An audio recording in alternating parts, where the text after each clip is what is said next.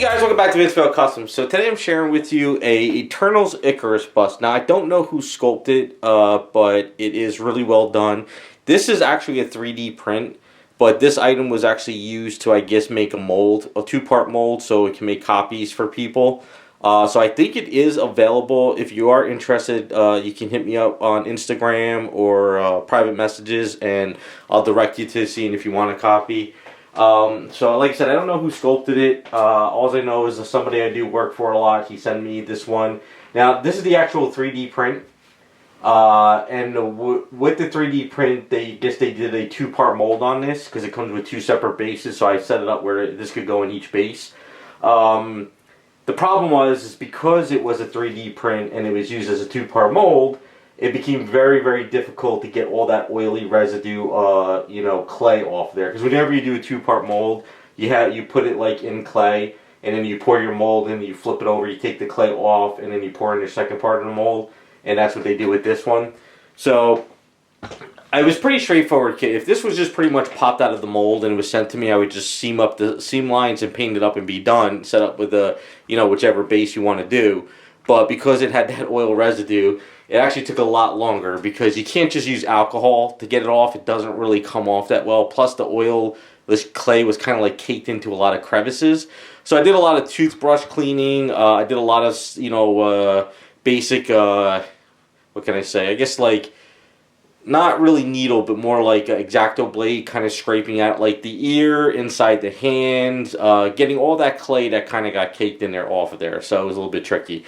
But as far as the sculpt goes, it's really well done. I was never really an Eternals reader back in the day, so I don't really know much about the character. I didn't really even finish the movie from MCU because it was so boring.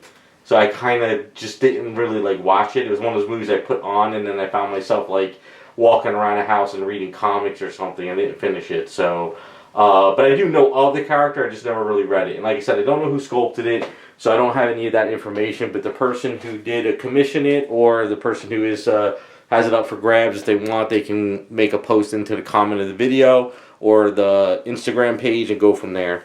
So he has two different bases. I set it up with a rod where he could pop in and out. I'm not popping it in and out right now just for the video because I'm a little bit weary of his, I guess you could call, I don't know what you want to call this area of his armor. It's very, very thin over here. So if you're not careful enough when you mess around with this, you can snap this piece off. So I try to be very, very careful with that. I kind of wish that the base actually went up deeper under there because it kind of floats over here and it's a little weird. This one, it kind of goes on okay, but still kind of floats. So, but I really, like I said, I don't know much about the character. So I was asked to pretty much paint simple colors, nothing too crazy. Keep it very like old school of flat colors. So basic skin tone that I've been coming up with. Hair kind of dirty blonde, not too just like yellow blonde out of the bottle.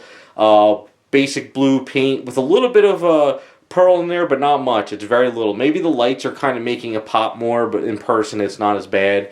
And then the reds are simple reds with yellow, but the bases are metallic-y and pearled and stuff because he wanted the bases to be a little bit more shiny. So he didn't want everything to kind of flow together, kind of be separated.